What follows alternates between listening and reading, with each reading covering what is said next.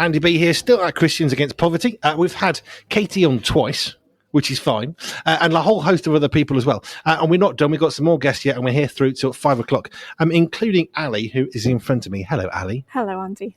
Now, you said you're nervous, but don't worry. It's fine. You'll be great. Just tell me, before we start, so what's your role here at Christians Against Poverty in Bradford? Are you actually based in this office? Yes, I am. So I have a bit of a unique role that I have a split role, that I've been a debt advisor here for 14 years. And I also work in policy and public affairs as an officer there. Interesting. So governmental stuff. Governmental stuff, yes. Okay, so what sort of governmental policies? Let's start there. How on earth does CAP get the right to talk to somebody in government and hope to influence stuff? How does that bit happen?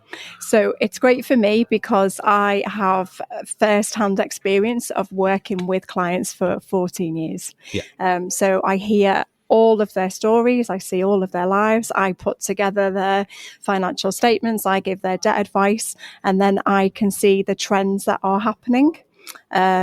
In my policy and public affairs role, I also, we conduct polling with Opinium and YouGov, but also with our own clients, so that we can use that information and that reporting and that briefing to then go back to government and MPs to say, this is what's happening. And such a massive rise in financial vulnerability at the moment. Oh, enormous. Insane amounts. Yeah. So you've spent time working with clients. So just run us through a bit about that. I mean, were you on the end of the phone? Were you actually making the visits? Which bit did you do? Because I've now discovered there's loads of parts to this, which I didn't know was there. Yeah. Which is cool. So you chatted with Liz previously, I did. and I work in the initial setup team. Okay. With Liz in that team as well. So sort of receiving, is it first contacts coming in? It is, yeah. Yeah, it's making sense out of all of the chaos that people find themselves in. That's the phrase I was about to use, actually, is making sense of the chaos. Because, as I said, Liz, when we were in debt in 2009, we had business debt. We had a business that was growing really well. Recession came, overdraft gone, business over, crisis. Because you don't have another job, because that was your job. You have no other life, because that is your life. And all of a sudden, you're trying to manage, in our case, 2 children, winding down a shop because we've got stuff and people want money, and telling customers, no, you can't come in and buy stuff because we don't really actually sell anything anymore. And all of that's going on. And then you've got this thing called debt, which I don't care who you are. No one can prepare you for finding yourself in debt just because it's not anything you've done wrong. Even if you've done it, if you have done something wrong, it doesn't help you. No, exactly. And I think that's a privilege of reassuring people that I talk to on a daily basis that it's nothing that they've done wrong, and that other people and millions of other people are finding themselves in the same position that they're in.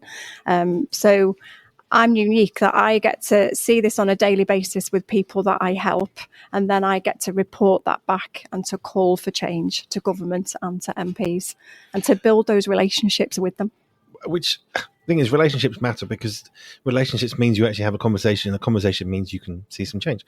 Where have CAP actually managed to get involved at kind of, I suppose, government level? I don't even know how government works. I mean, I'm nearly 50. I don't get government. I don't understand. I think there's like arguments in a big house somewhere, and then they sort of have a bit of a fight mentally, and then something happens. And that, honestly, that's pretty much my understanding of the British political system. But how does CAP get involved? Where I suppose where are you getting involved with the government? Yeah, so I mean, a good example of that is Sir Stephen Timms, who is a Christian himself. He is the DWP Minister for Social Security and Disability. We have a great working relationship with him. My colleague's just been to a meeting with him this morning. So we get to just speak into the truths and the trends of what is happening then about the benefit system.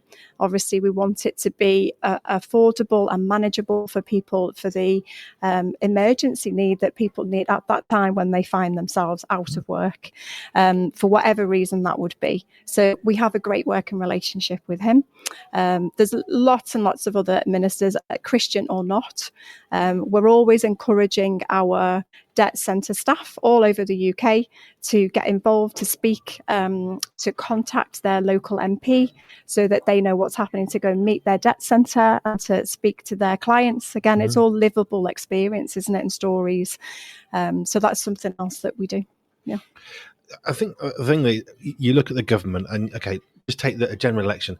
You have one little piece of paper, you get to have one little vote. And you think, what can I possibly do? There's 65 million people in the country. Yeah. What is my 1/65 millionth of a vote going to actually do to the country? But what we realise is actually lots of little people doing their little bit. Yeah. Makes quite a big difference. And lots of little changes. And I guess that's where you're trying to help those in government to see, I guess, because they're looking at it from a government level, looking down, they get various reports, but they don't necessarily get the truth of what's actually happening with somebody who is in receipt of the benefit that governments in London have said, this is what you're going to get. And I suppose it's not even their own fault. They don't actually witness or experience that. That's right. We work at Christians Against Poverty. We work across with all parties, political parties. And as you say, if it's everybody's voice all together, and with all the reporting, with all the briefings that we create, that we have the facts and the figures and the statistics to be able to bring to them. And it's a unique position to be in, but we also work with other organisations that are all in this field, that we all work really well together, and we want to be one core voice, that we really do care about financial vulnerability. Do you, put you on the spot a bit, do you know how many people CAP help on a weekly or a yearly basis? How many people have you got who are being helped at any one time? I don't know the actual figure. It's thousands. Thousands. Yeah. But then you've got that times nearly 30 years, 1996. Yeah. CAP was founded, so next year's 30th anniversary of that. But you've got, thousands times 30 years. That isn't just a bit of an idea. That's an awful lot of real-time knowledge, which you can then stick together in a feasible way that they can understand and say, this isn't what we think, this is what we know. Yeah. And for example, we know that we have 46% of our clients have a deficit budget, which I'm sure other people that I've chatted today have talked about. So it's where your income is not enough to afford to pay for your essential living expenses. On average, people need an extra £260 a month to be able to afford those essential living expenses. So things like your mortgage and your rent, your utility bills, your council tax, and our heart is, and as it should be, and as God wants as well, that we should all be able to live life well. And his heart and our heart is that people should be able to afford the essentials, but also the rest of life, to be able to afford to go and have a coffee and take your child to a birthday party and they have a present, or go and have a little holiday, or to not have to just sit at home constantly with the curtains drawn and not be able to go out and be in fear of enforcement agents knocking on your door. Which is terrifying, and we have been there, not quite of the many ones coming to the door, but we have had enforcement agents who wanted to come in. We were warned. I shared this with Liz earlier, and she said, yes, been there. She's warned people, but we were warned by, it was Payplan, was because we had business debt. Yeah. And they said, look, you need to be really careful. When they come to your door and offer to help you with the shopping into the house, don't let them in. Once they're in, everything changes. Yeah. And just be careful if they come in, wearing a suit and looking nice. And we had a very well posh-spoken guy in a lovely suit. My wife came home with the shopping, and he suddenly appeared, oh, can I help you in with your shopping? And so I think he called her love, which was not a great thing for my wife. That was like, no. At which point, any radar that might have been switched off was on. But no, you can't come in because we've been warned. And the thing is, unless you know, I use this phrase earlier, you can't know what you don't know. Exactly, yeah. And that's why it's amazing. If people come to us, we instantly know what type of debt someone's collecting for, and then we know what rights the enforcement agent has got. Yeah, I think one thing that's just come to head, I've forgotten the name of the program, but it's where like a CEO or a director sort of comes down, pretends to be one of the lowest level of workers to understand. Yeah. And there was one that I watched, and I've forgotten the name of the company. It was a customer service thing. And he went through this call and he clicked the save button and it was deleted. He's like, well, what happened there? Oh, you've clicked the delete button.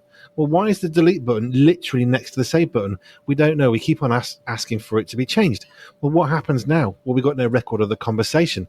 So that customer's going to say angrily, why has nothing been done? And we'll have no record. And this guy I think he actually dropped out of characters like, no, I'm going back into CEO mode because this is insane. And he got it fixed. But he said, no one told me. Yes. And I didn't know. And I guess in a similar way, which maybe that's why that's come to my mind, for the government ministers, they don't know the changes they're making, what really is going on. They can read the news and they can hear people shouting and all the rest of it. Yeah. But when Christians Against Poverty come along and say, in a really, really useful manner, here's the facts of what's really going on, they then have to listen. Yeah, exactly. We're encouraging, we're supportive, we want to come alongside, we want to build relationships. They have a difficult job. And so we really do want to come alongside to say, these are our findings on a daily basis. These are our Christian Against Poverty clients. This is all that they're struggling with financially. We'll get all the stats and statistics together. And yeah, it's a collaboration together. Yeah. Question I've enjoyed asking this all day. What makes you get up in the morning and want to come to work here at CAP in Bradford when you could be doing other jobs, other work? You could not bother coming to work one day. What makes you get out of bed and want to be here? One of our core beliefs is to be bold. And for me, this really matters. My Christian faith really encourages me that I care a lot about justice, and God cares a lot about justice. Personally, I'll be honest, I've been a single parent for years. My young adult daughter, I've asked if I can share this, is setting herself off, and she's going off and being independent in the world, and has struggled a long, long time with illness. And there are so many barriers that are out there. And to try and live off a benefit system at the moment, there are so many improvements that could be made. So for me, it's my faith. It's personal. I have lived experience. I've been a debt advisor for 14 years. I see how difficult it is getting for people. And I really, really do care about it.